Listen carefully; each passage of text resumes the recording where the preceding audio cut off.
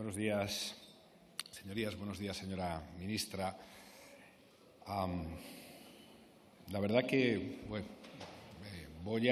quería empezar explicando lo complejo de este debate y yendo a una posición que creo que expresa los matices que el legislador o la legisladora tiene que tener en temas tan complicados como este.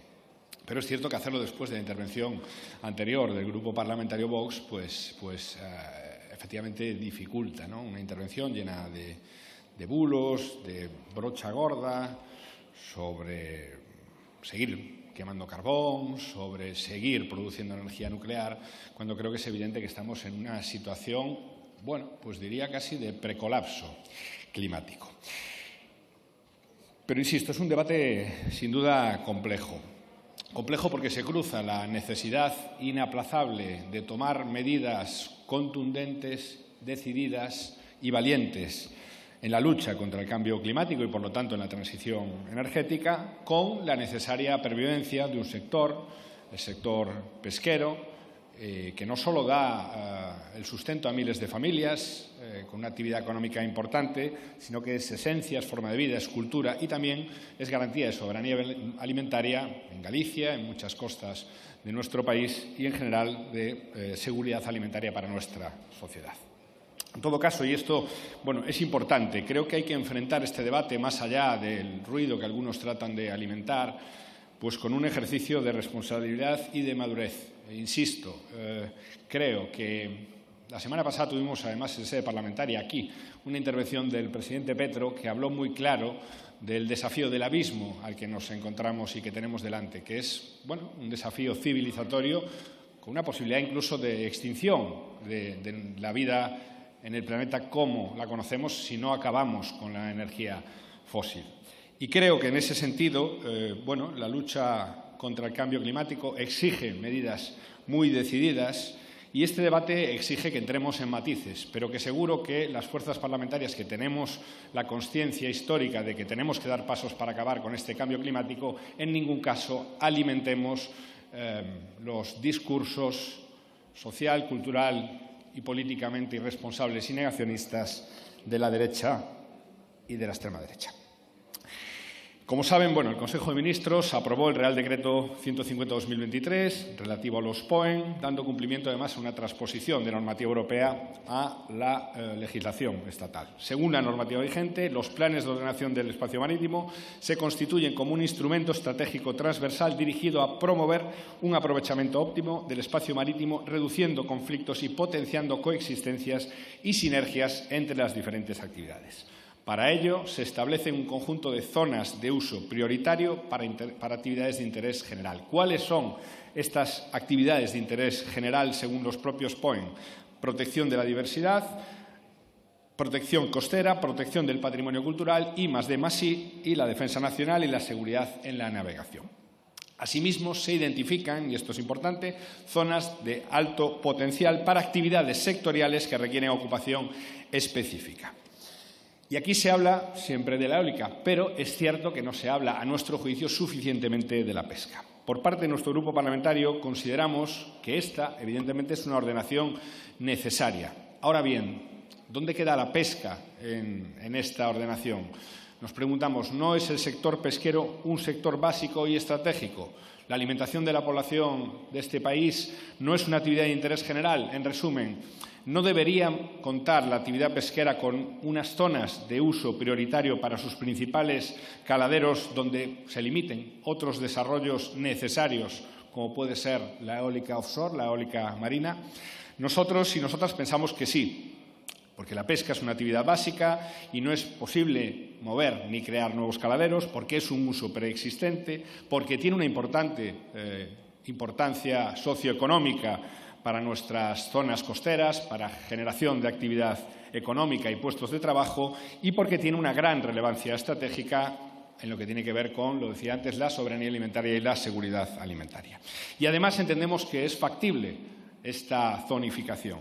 Los principales caladeros de pesca están perfectamente identificados y es posible establecer zonas de uso prioritario para la pesca dentro del marco de los POEN. Creemos, por tanto, que es perfectamente posible cohabitar ambas cuestiones, el uso y de la pesca y de diferentes pesquerías, con obtener, incluso mejorar, los objetivos de descarbonización fijados por la Unión Europea.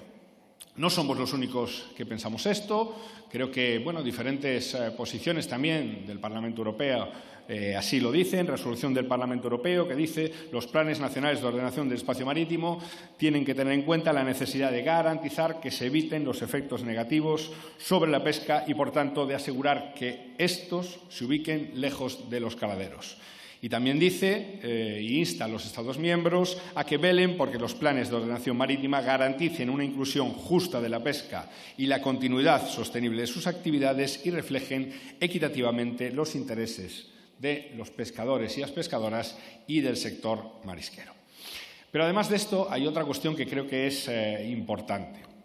Siendo absolutamente conscientes, como digo, de la urgencia perentoria de emprender sin demora todos los desarrollos asociados a la transición energética, sí que entendemos que también hay un momento, hay un espacio donde se cruzan los intereses de nuestra sociedad en lo que tiene que ver con la necesaria transición con los intereses particulares de las grandes empresas energéticas. Obviamente, estas compañías y los fondos de inversión que las acompañan y sustentan tienen capacidad de iniciar este tipo de proyectos, pero eso no implica que el interés general se supedite al de estas multinacionales. A nuestro juicio, es el sector público el que debería de liderar estos desarrollos estratégicos, apoyándose en todo caso en el sector privado. Y nos preguntamos si no sería mejor entendido y recibido por toda la sociedad si el desarrollo de nuestra capacidad de generación de energía eólica fuera diseñado, pero también ejecutado desde lo público y en beneficio directo de las poblaciones más implicadas en estos desarrollos. Por decirlo de una forma gráfica y evidente, si tenemos la capacidad de construir los elementos necesarios para la eólica offshore, como por ejemplo tenemos en Navantia, empresa pública, ¿no sería más lógico y mejor entendido por la sociedad si también fuera desde lo público, desde donde desarrolláramos el despliegue y la generación de esta energía? La transición energética, a nuestro juicio, es demasiado importante como para dejarla en manos de los intereses legítimos, pero ajenos a la mayoría, de un oligopolio empresarial. ¿Y qué hacemos entonces ante esta situación? Bueno, pues creemos que, en primer lugar, podríamos estudiar establecer una moratoria al desarrollo de determinados parques eólicos marinos en aquellas zonas previstas en las que se detecten impactos potenciales a zonas de protección a la biodiversidad o a zonas pesqueras. Los POEN zonifican, pero no abordan plazos. Por lo tanto, es perfectamente viable introducir una ordenación temporal que fijara que aquellas zonas donde podría haber un daño irreparable quedarán fuera de la actuación inicial de este tipo de parques eólicos. Por principio de precaución, no deberíamos de tomar ninguna decisión que pueda ser irreparable. Esto se ha hecho en Estonia y en otros países europeos. Y, en segundo lugar, cumplir, también y escuchar lo que ha dicho esta Cámara y, efectivamente, establecer más espacios de trabajo, todos los que sean necesarios, entre los sectores implicados y realizar todos los estudios científicos y evaluaciones de impacto socioeconómico y ambiental que permitan tener la mejor información antes de abordar este trabajo. En base a ella, por lo tanto, establecer zonas de uso prioritario para la protección de la biodiversidad y la actividad pesquera. En definitiva, tenemos por delante una tarea muy importante y también urgente, pero creo que, como he dicho, la inaplazable lucha contra el cambio climático, el abandono de las energías fósiles, tiene que ser siempre también teniendo en cuenta que este camino no sea con unos impactos irreparables a otra parte de la biodiversidad o a sectores económicos, particularmente el de la pesca, muy importantes para nuestro país y para nuestros pueblos y zonas costeras. Muchas gracias. Muchas gracias, señor Gómez Reino.